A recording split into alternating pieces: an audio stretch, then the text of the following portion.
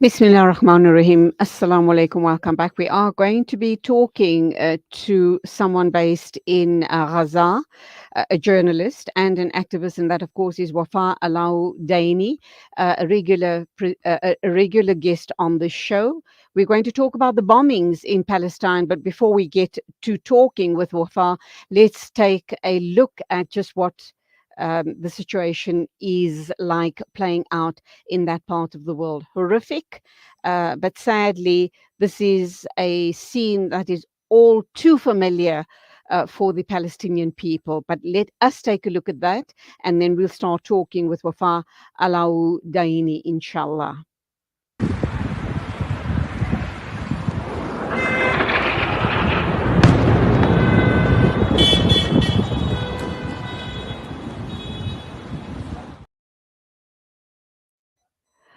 Assalamu alaikum, Wafaa Aludaini. You are based in Gaza. You're a journalist and an activist, a regular guest on our show. Always a pleasure to have you here.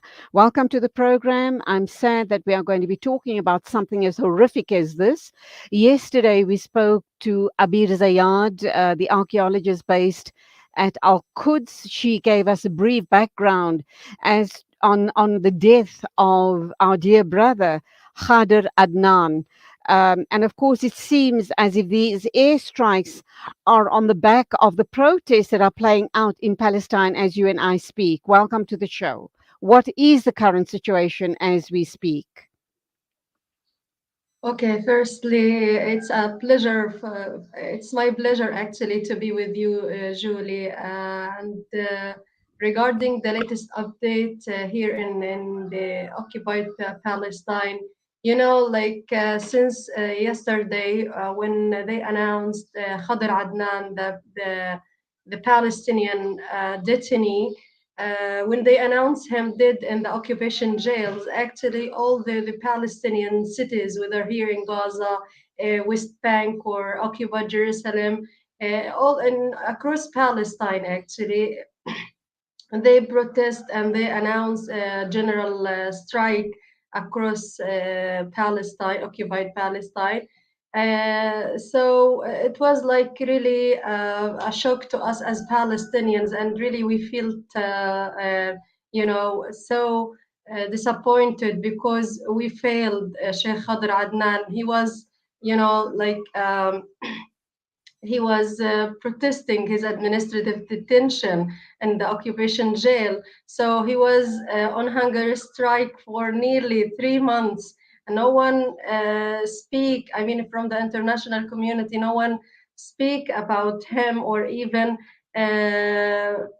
listen to his speech, or sorry, to his right, or um, to his demands, or it's not demands, but it's his right indeed, to be free and to be not jailed in the administrative detention. So after that, the resistance here in the occupied Palestine, occupied West Bank, they shot at several points, several settlements and Israeli checkpoints. They shot at them, and here in Gaza, the Palestinian resistance, the Joint Room, they sent or they launched rockets or missiles into our occupied land, or what they call it, Israel.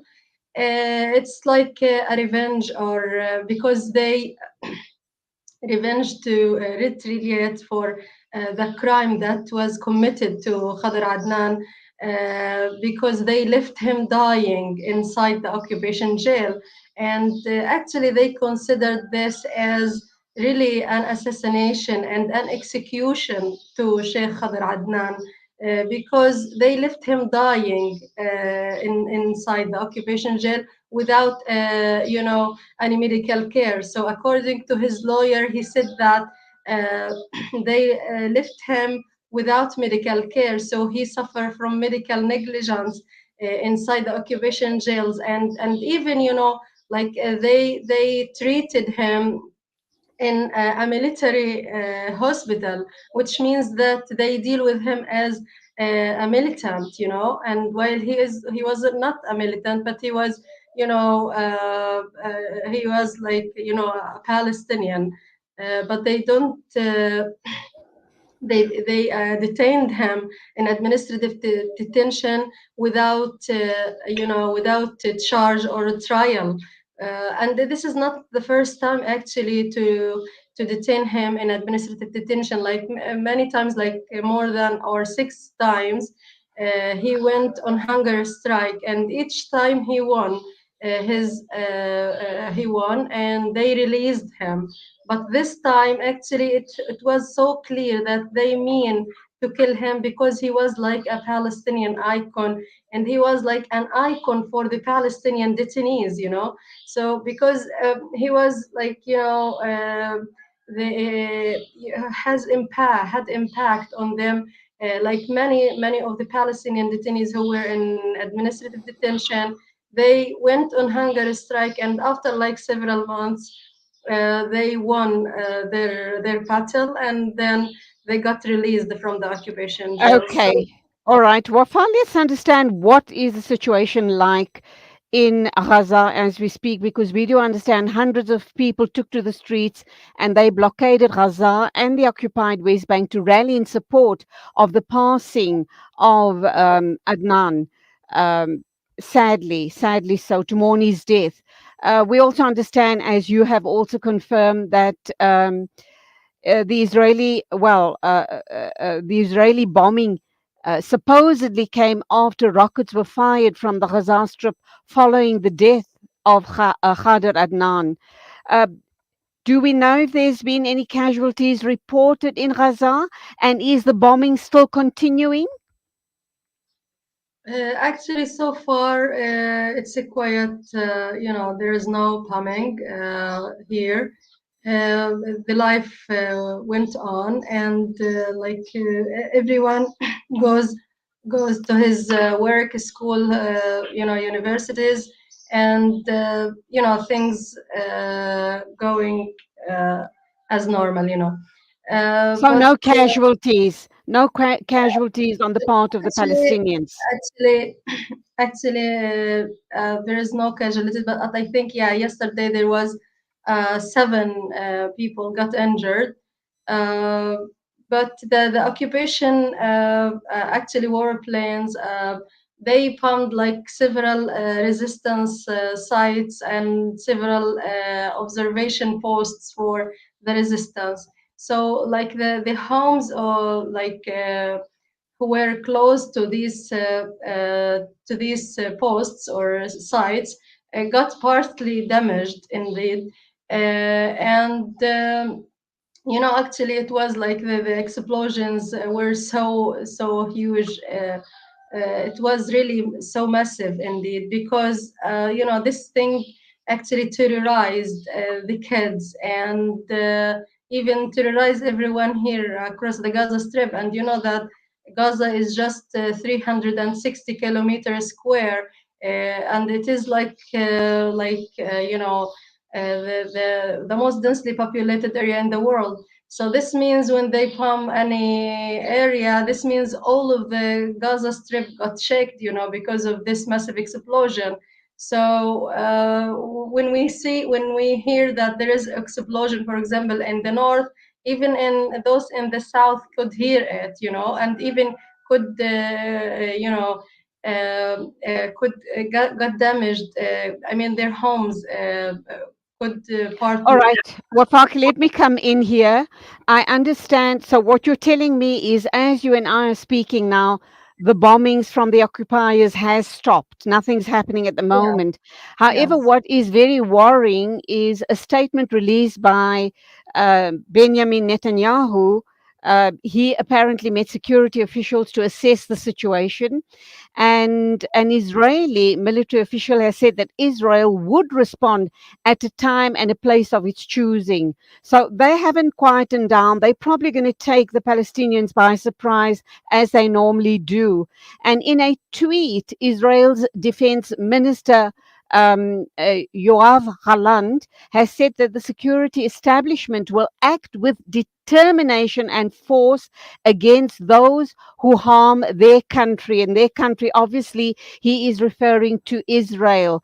Um, this is expected by Palestinians, is it not? This is their modus operandi. They will strike when you least expect it and try and cause as much damage, death, and destruction as they possibly can. Yeah, exactly. This is occupation actually, and we cannot guarantee, anything from them. They want to seize any opportunity to eliminate any existence of Palestinians.